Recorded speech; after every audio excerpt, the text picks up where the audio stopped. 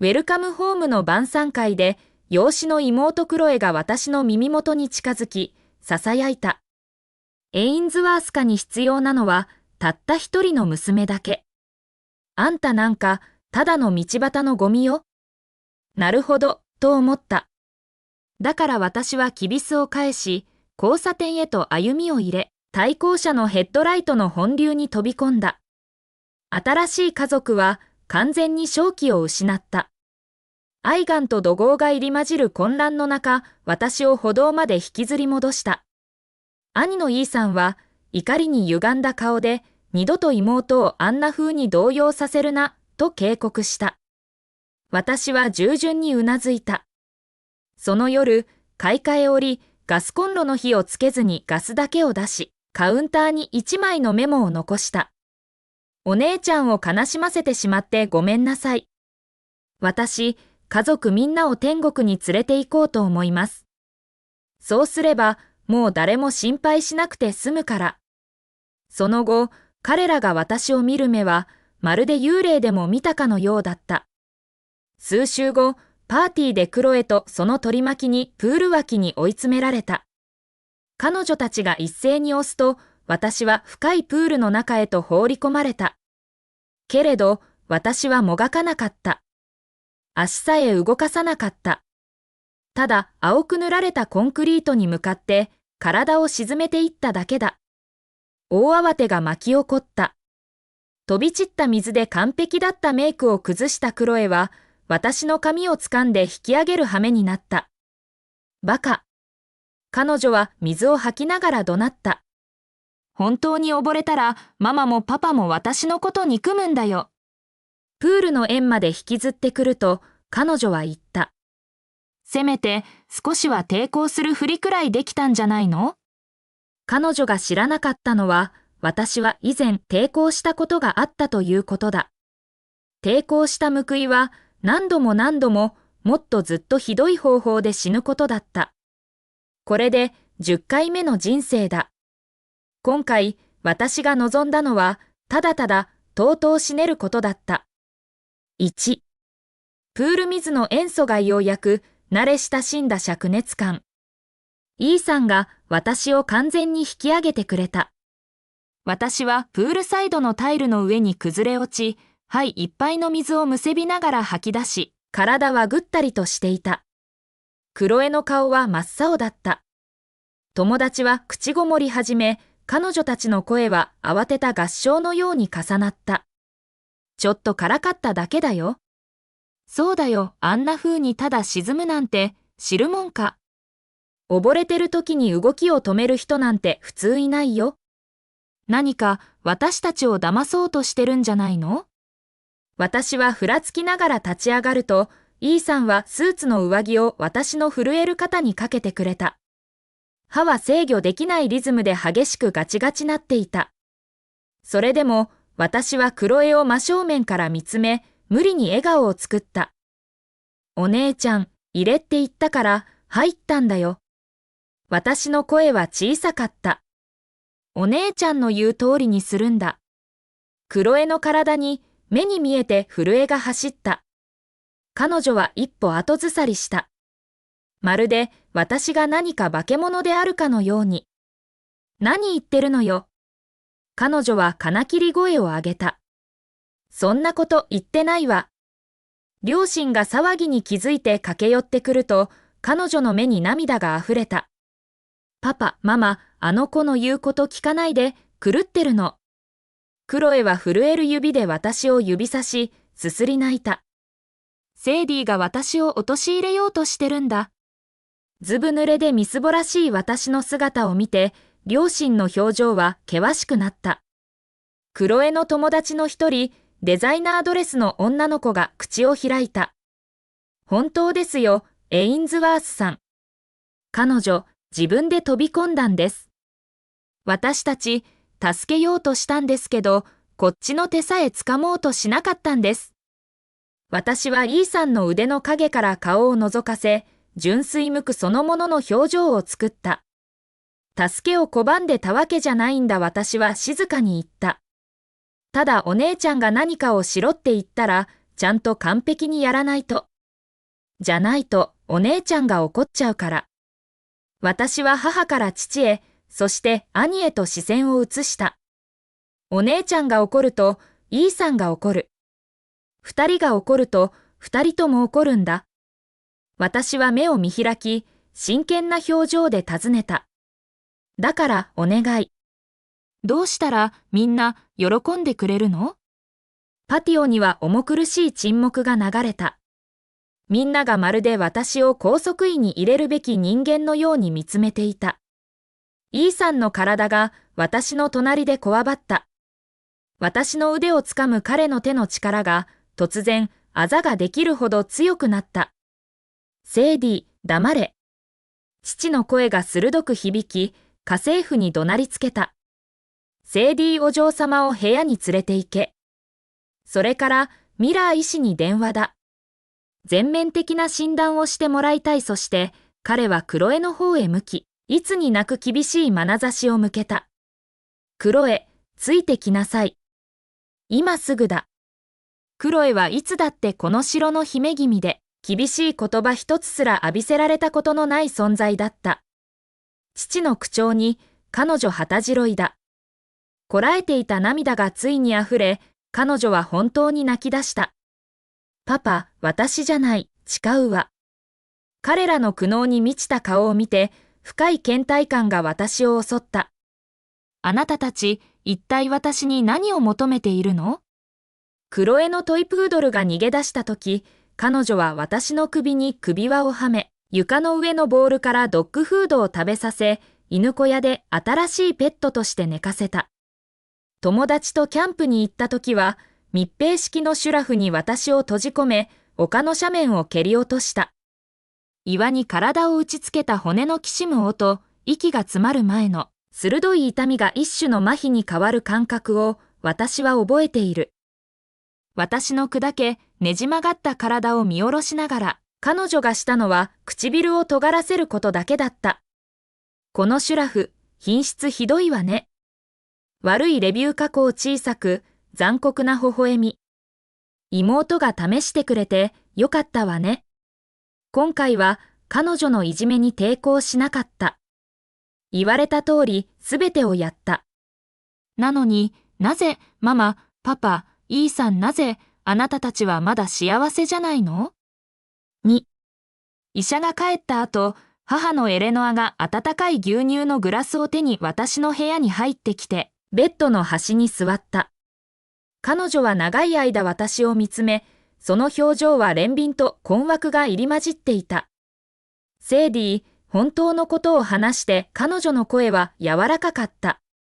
あなた本当にこの家族をそんなに憎んでいるの？私は首を振った。憎んでないよ。だったらなぜそんなことするの？どうして自分を傷つけ続けるの？私は牛乳を一口飲み、彼女の質問を真剣に考えてから答えた。ただ、みんなを幸せにしたいだけなんだ。彼女の目はたちまち赤くなった。でも、あなたは私の娘よ。私の本当の娘なんだから。誰かに気に入られようとしなくていいの。私はグラスを置き、彼女を見上げた。でも、私が家に帰ってから、クロエは幸せじゃない。イーさんも幸せじゃない。私の視線は揺るがなかった。ママ、私を見つけたのって間違いだったの？その質問に彼女は言葉を失った。できることは、ただ私を抱きしめることだけだった。いいえ、セイディ。あなたは間違いなんかじゃない。彼女の抱擁は温かかった。けれど、それはただもう一つの人生を思い出させた。クロエが自分でペティナイフで手のひらを切り、この同じ抱擁に倒れ込み、泣きじゃくったあの人生だ。エレノアの目は、その時、とても冷たかった。彼女は私を暗く、カビ臭い物置に閉じ込め、クロエに外の古いガス管のつまみを回させ、どうやって妹を傷つけるのを止めるか反省できるまで出さない、と言った。あの頃、私は自分が何を間違えたのか理解できなかった。ただ、生き延びて、彼らに好かれたかっただけだった。今、私が望むのは、ただ死ぬことだけだ。そして突然、母が私を大切な子と呼んでいる。翌日、家族会議が開かれた。一晩中泣き晴らして目を細くしたクロエは、すすり泣きながら言い分を話した。本当に私が押したんじゃないの。ただただ怖かっただけ。彼女は両親を見つめ、声を震わせた。彼女が戻ってきたら、私のこと、もういらないんじゃないかって怖かったの。それだけで、イーさんには十分だった。彼の保護本能が燃え上がった。ママ、クロエにそんなつもりはないよ。ただ不安なだけだ。彼は即座にかばった。セイディを見てよ。来て数週間で家の中をめちゃくちゃにしたんだぞ。彼は私を指さし、顔を嫌悪に歪めた。あいつは普通じゃない。父のリチャードはこめかみをこすり、ため息をついた。このままではいかんな。彼は決断した。セイディにセラピストをつける。適切な手助けをしてもらおう。診察の日、私は完璧に協力的だった。医者の質問に一つ一つ答えた。どうしてそんなに頻繁に死について考えるのですか？私は分厚い革のソファに座り、足を揺らした。だって、問題を全部なくす一番簡単な方法だから。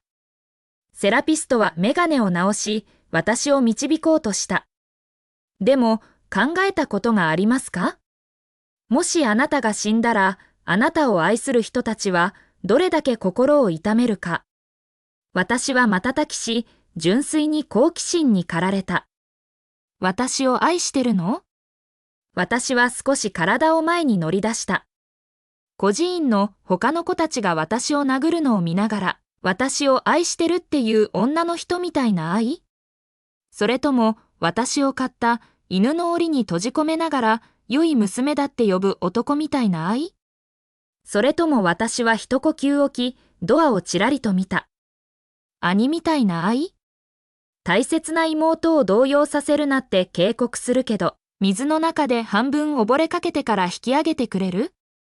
私はさらに近づき、声を凶暴するような囁きに落とした。先生、彼らは私を愛してないんです。ただ、私が家で死んで、スキャンダルになるのが怖いだけ。私が病気で治さなきゃいけないと思ってるだけ。でも、私は病気じゃないんです。ただ彼らの言うことを聞いてるだけ。彼らを幸せにするために、彼らが望むことなら何でもやる。彼らは私に死んでほしかった。だから私は死ぬ。それってそんなに間違ってる？医者のペンを持った手が宙に止まった。彼の顔は完全に青ざめていた。3. セラピストは私が言った言葉を一言一句両親に報告した。彼の最終的な診断は凍りつくようなものだった。私は病気ではなかった。彼らが思うような意味では。私は極端で自滅的な自己防衛と復讐の形を使っていた。私の精神状態は張り詰めた糸であり、ほんの少しの圧力で完全に切れてしまう可能性があった。私にとって積極的に死を求めることは究極の防衛規制になっていた。これを聞いた後、母は一日中書斎に閉じこもった。父はバルコニーでタバコに火をつけては吸い、またつけては吸いを繰り返した。イーさんだけはそれがすべて演技だと信じ込んでいた。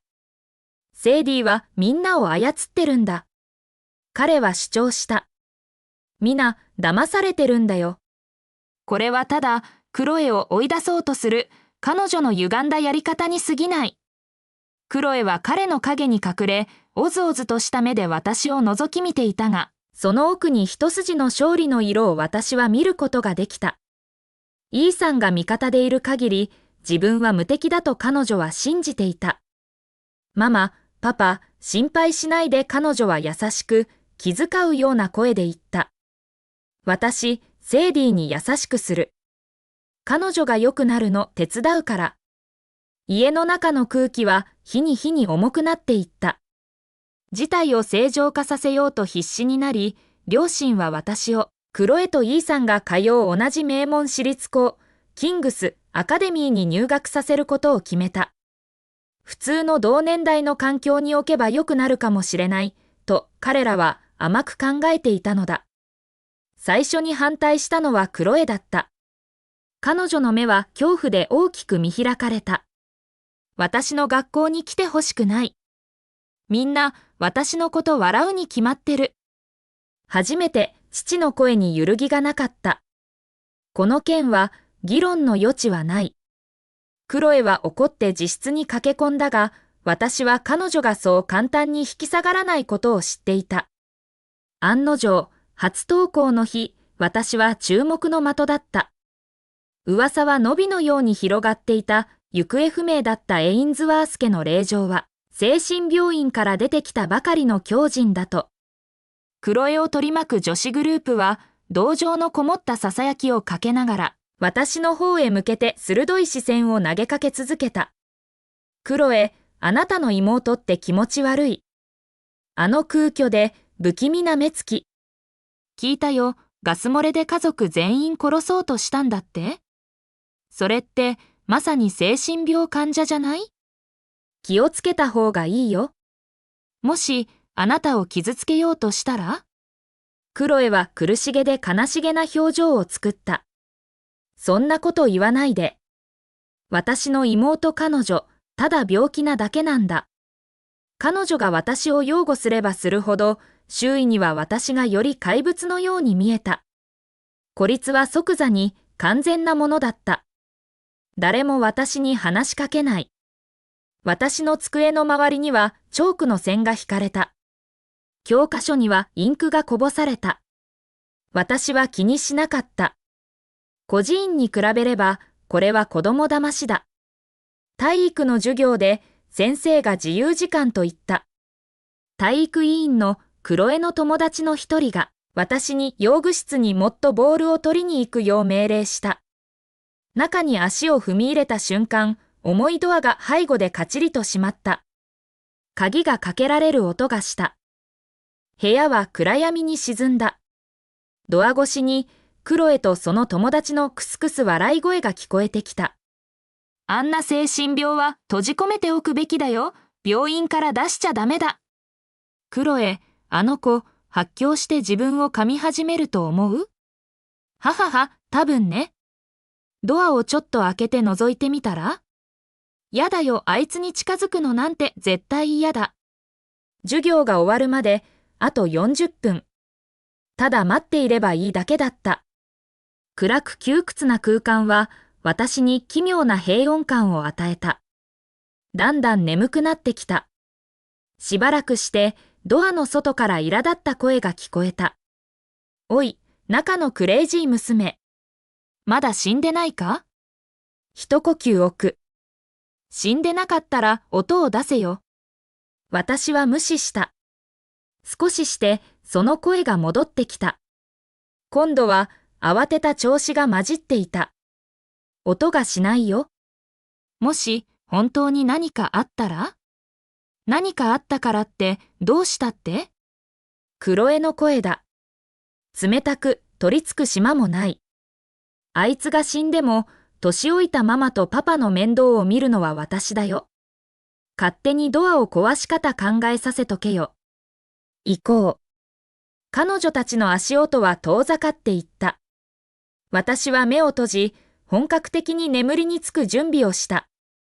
突然、鋭く鼻を刺すような匂いが漂ってきた。煙だ。4。火は恐ろしい速さで広がった。3分もしないうちに、もうもうと立ち込める煙に息が詰まり、小さな用具室は炉の中のようになった。私は助けを叫ばなかった。ドアを叩かなかった。ただ、バスケットボールを胸に抱え、火から一番遠い隅に丸くなった。意識が遠のいていく。これでいい、と思った。今回こそ、やっと成功できる。ビルから飛び降りたり、ガス漏れしたり、水から引き上げられたりしない。誰にも迷惑をかけず、静かに消えていける。この人生が終わったら、やっとこの体から自由になって次に進める。この傷だらけの体から。手首は数えきれないほど折られた。足にはタバコのやけどの跡がまだらにある。もうみんなに気に入られようとする、こんな痛みに満ちた惨めな人生を生きなくていい。完全に意識を失おうとしたその時、耳をへきくような大きな音がした。ドアが蝶番から吹き飛んだ。炎を背にした人影が飛び込んでくると、床から私を抱き上げた。イーさんだった。彼の服はすすで黒ずみ、顔はパニックと恐怖に満ちていた。セイディ、目を覚ませ。彼は私を炎の外へと運び出した。外の芝生には見物人が集まっていた。クロエとその友達は私が生きて出てくるのを見て、その表情は驚き、罪悪感、そして紛れもない一抹の失望が入り混じったものだった。私は芝生に寝かされ、貪るように新鮮な空気を吸い込んだ。イーさんは私の前に膝をつき、今まで聞いたことのないほど緊迫し、張り詰めた声で言った。大丈夫か？どこか怪我は？私は彼を見つめ、咳き込むたびに胸がガラガラ鳴った。兄さん、また助けてくれたんだね。私は彼をまっすぐ見つめ、平坦だけれど、本物の後悔の色を帯びた口調で言った。どうして助けなきゃいけなかったの？あと少しで死ぬところだったのに。イーさんの顔は暗くなった。彼は私の肩をつかみ、その声は荒々しい方向になった。なぜ助けを呼ばなかった？なぜドアを壊そうとしなかった？本当に死にたかったのか？セイディ、一体何がしたいんだお前は。彼は自制心を失い、私を揺さぶった。セイディ、お前、一体何を企んでるんだ？私は彼に答えなかった。代わりに、私の視線は人混みの中に立つクロエへと移った。まるで撃たれたかのように、彼女旗白いだ。私じゃないわ。彼女は金切り声を上げた。私が火をつけたんじゃない。どうやって火事になったか知らないのよ。友達がすぐに同調した。私たち、もう出て行ってた。関係ないよ。セイディが自分でボールを取りに行ったんだよ。私たちはただ部屋の場所を教えただけだ。ちょうどその時、警備主任が息切れしながら校長の元へ走ってきた。原因がわかりました。用具室の古い配線です。ショートして火事になりました。事故だった。